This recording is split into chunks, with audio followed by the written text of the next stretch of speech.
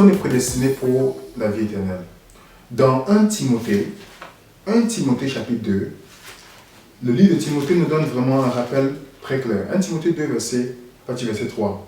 Cela est bon et agréable devant Dieu notre Sauveur, qui veut que tous les hommes soient sauvés et parviennent à la connaissance de la vérité.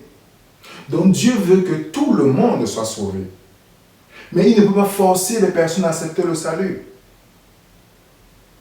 Dans 2 Pierre chapitre 3, le verset 9, je vais lire avec vous. Le Seigneur ne tarde pas à l'accomplissement de la promesse, mais comme quelques-uns le croient, mais il use de patience envers nous, ne voulant qu'aucun périsse, mais voulant que tous arrivent à la repentance. Dieu veut que tout le monde soit sauvé. Dieu veut qu'il fait tout pour que ses enfants puissent venir, mais il ne peut pas nous forcer. On doit seulement choisir de l'accepter, alors il fait le travail en nous. Mais on peut rejeter ce salut. On peut rejeter ce salut. Si on était prédestiné au salut, pourquoi Paul dit dans 1 Corinthiens 9, verset 27 que j'ai très durement mon corps, je l'assujettis afin de ne pas être perdu après avoir prêché aux autres? Ça veut dire que Paul lui-même savait que s'il laissait Jésus-Christ, il devait être perdu. Si on était prédestiné au salut, Jésus ne devait pas dire j'en allais prêcher l'évangile.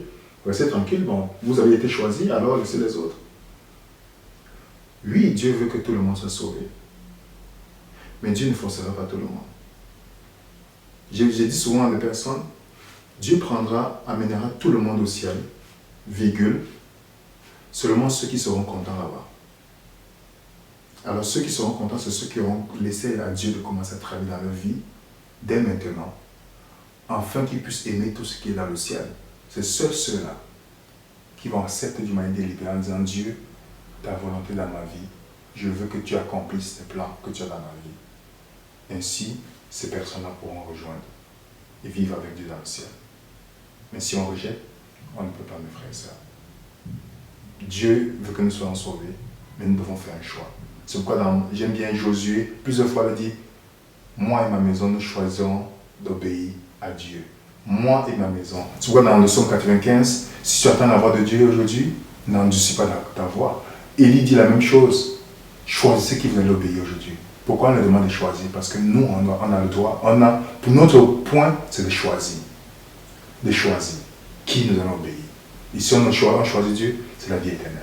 Que Dieu vous bénisse.